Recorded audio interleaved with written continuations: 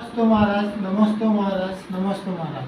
स्वामी ತೀರ್ಥಂಕರ್ ಕೇವಲ ಜ್ಞಾನ ಪ್ರಾಪ್ತಿ ಆದಾಗ 66 ದಿವಸ ಅವರಿಗೆ ದಿವ್ಯ ಧ್ವನಿ ಹೊಂದಲಿಲ್ಲ ಯಾಕೆ ಅನ್ನೋದು. ಆಮೇಲೆ ಅದನ್ನು ಹೊಂದಂಥದ್ದು ವ್ಯವಹಾರ ನಯದಿಂದ ನಿಶ್ಚಯ ನಯದಿಂದ ಏನಂದ್ರೆ ನನಗೆ ಸರಿಯಾಗಿ ಅರ್ಥ ಬೇಕು.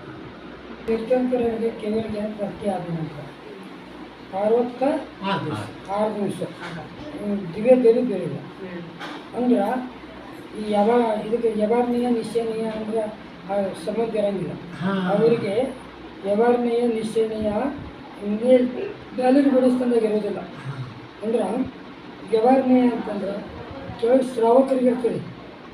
ನಿಶ್ಚಯನೀಯ ಅಂತಂದ್ರೆ ಯಾವಾಗಲೂ ಕೇವಲ ಜ್ಞಾನ ಪ್ರಾಪ್ತಿ ಮಾಡ್ಕೊಂಡು ಬಂದಾಗ ಮತಿ ಜ್ಞಾನ, ಶುದ್ಧ ಜ್ಞಾನ, ಅವಧಿ ಜ್ಞಾನ, ಮನಪ್ರ ಜ್ಞಾನ ಇರೋದಿಲ್ಲ. ಆಮೇಲೆ ಕೇವಲ ಜ್ಞಾನ ಹೆಂಗಿರ್ತದೆ ಅಂತಂದ್ರೆ ಅದ್ರ ಕೇವಲ ಜ್ಞಾನದ ವಿಷಯನೇ ಹೆಂಗಿರ್ತಂದ್ರೆ ಮೂರು ಲೋಕ ಚರಾಚರವನ್ನು ಜೀವಗಳನ್ನು ತಿಳಿತೈತಿ, ಎಲ್ಲ ಪರ್ಯಾಯ ಎಲ್ಲ ದ್ರವ್ಯಗಳನ್ನು ತಿಳಿತೈತಿ. ಆದರೆ ಅಲ್ಲಿ ಗಣಧರದ ಅಭಾವ ಆಗಿತ್ತು. ಗಣಧರ ಅಭಾವ ಆಗಿದ್ದಕ್ಕೆ ಕೇವಲ ಜ್ಞಾನ ಬೀಳಿಲ್ಲ. ಈಗ ಹೆಂಗೆ ನಾನು ಇಲ್ಲಿ ಒಬ್ಬನ ಕೂತಿರ್ತೇನೆ, ನೀವೇನಾರು ಪ್ರಶ್ನೆ ಕೇಳಿದ್ರೆ ನಾನು ಉತ್ತರ ಹೇಳ್ತೀನಿ. ಈ ಪ್ರಶ್ನೆ ಕೇಳಿದ್ರೆ ನಾನು ಉತ್ತರ ಇಲ್ಲ. ಹಂಗೆ ಅವರಿಗೆ ದಿವ್ಯ ಧ್ವನಿ ಬೀಳಬೇಕಂದಾಗ ಅಲ್ಲಿ ಅವರಿಗೆ ಪ್ರಶ್ನೆ ಕೇಳೋರು ಯಾರು ಇರಲಿಲ್ಲ, ಗಣಧರ ಪ್ರತಿಷ್ಠೆ ಯಾರೂ ಇರಲಿಲ್ಲ. ಅದಕ್ಕೆ ಯವಾರ್ಣೀಯ ನಿಶ್ಚಯನೀಯ ಅಲ್ಲಿ ಬರೋದಿಲ್ಲ. ಅಲ್ಲಿ ಯವಾರ್ಣೀಯನೂ ಇಲ್ಲ, ಅಲ್ಲಿ ಯಾವುದೂ ಇಲ್ಲ. ಯಾಕಂದ್ರೆ ಅವ್ರು ಕೇವಲ ಜ್ಞಾನದೊಳಗೆ ಇಂದ್ರಿಯ ಜ್ಞಾನ ಇಲ್ಲ, ಅಲ್ಲಿ ಪರಾಧೀನ ಜ್ಞಾನ ಇಲ್ಲ, ಅಲ್ಲಿ ಸ್ವಾಧೀನ ಜ್ಞಾನ ಇದೆ.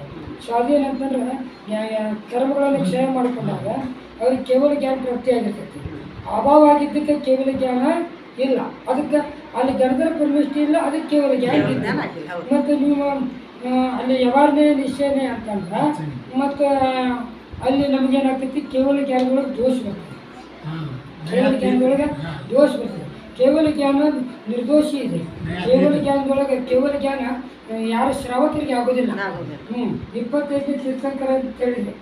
25 ತೀರ್ಥಂಕರು ಇಲ್ಲೇ ಇಲ್ಲ, ಇರೋದು 24 ತೀರ್ಥಂಕರ ಇರ್ತಾರೆ. 24 ತೀರ್ಥಂಕರಿಗೆ ಮಾತ್ರ ಕೇವಲ ಜ್ಞಾನ ದಿವ್ಯ ಧ್ವನಿ ಬೀಳ್ತೈತಿ. ಇನ್ನುಳಿದರಿಗೆ ಯಾರಿಗೆ ದಿವ್ಯ ಧ್ವನಿ ಬೀಳೋದಿಲ್ಲ. ದಿವ್ಯ ಧ್ವನಿ ಬೀಳಬೇಕಾದ್ರೂ ಕೂಡ ಅಲ್ಲಿ ಜ್ಞಾನಾವರಣಿ ಕರ್ಮ ನಾಶ ಮಾಡ್ಕೊಂಡಾಗ ತೀರ್ಥಂಕರ ಪ್ರಕೃತಿ ಬಂದು ಮಾಡ್ಕೊಂಡವ್ರಿಗೆ ಮಾತ್ರ ಕೇವಲ ಜ್ಞಾನ ಬೀಳ್ತೈತಿ.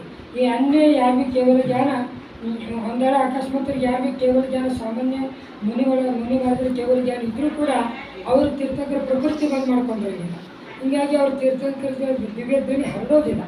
ದಿವ್ಯ ಧ್ವನಿ ಯಾರಿಗೆ ಹರಡ್ತೈತೆ ಅಂತಂದ್ರೆ ತೀರ್ಥಂಕರ ಪ್ರಕೃತಿ ಬಂದು ಮಾಡ್ಕೊಂಡ್ರೆ 13ನೇ ಗುಣಸ್ಥಾನದೊಳಗೆ ಕೇವಲ ಜ್ಞಾನದ ಇದೇ ಇರ್ತದೆ. ಅದಕ್ಕಾಗಿ ನಾವು ಗಣಧರ ಅಭಾವ ಅಂತ ತಿಳ್ಕೊಳ್ಬೇಕು.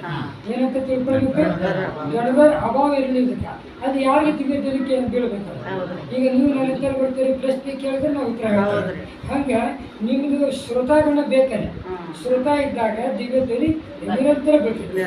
ಅದು ಅಲ್ಲಿ ತೀರ್ಥಂಕರರಿಗೆ ಗಣಧರ ಪರಮೇಷ್ಠಿ ಅಂತಂದ್ರೆ ಪುರುಷರೇ ಬೇಕು, ಸ್ತ್ರೀಯರು ಬೇಕಂತ ಏನಿಲ್ಲ. ಅಲ್ಲಿ ಗಣಧರ ಪ್ರತಿಷ್ಠೆ ಅಂದರೆ ಪುರುಷರು. ಅವರು ಇದ್ದಾಗ ಮಾತ್ರ ಕೇವಲ ಜ್ಞಾನ ವಾಣಿ ಹೊರಡ್ತೈತಿ. ಅದಕ್ಕೆ ನೀವು ಅದಕ್ಕೆ ಏನಾರ ಹಚ್ಚಾಕ್ ಬರೋದಿಲ್ಲ, ಏನು ಹಚ್ಚಾಕ್ ಬರೋದಿಲ್ಲ. ಅಲ್ಲಿ ಯಾವುದೇ ಏನು ಇಲ್ಲ ಇಲ್ಲ.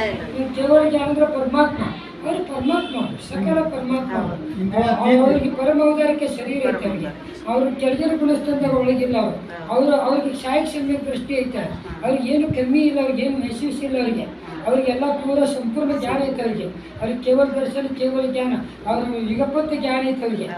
ಅವರಿಗೆ ನಾವು ಯಾವುದೂ ಕೂಡ ದೋಷ ಹಚ್ಚಕ್ಕೆ ಬರೋದಿಲ್ಲ, ಯಾವುದೂ ಕೂಡ ಅವ್ರಿಗೆ ವಿಪರೀತ ಹೇಳಕ್ಕೆ ಬರೋದಿಲ್ಲ, ಯಾವುದೂ ಕೂಡ ಅವರಿಗೆ ಅಧಿಕ ಹೇಳಕ್ಕೆ ಬರೋದಿಲ್ಲ, ಯಾವುದೂ ಕೂಡ ಕಮ್ಮಿ ಹೇಳಕ್ಕೆ ಬರೋದಿಲ್ಲ.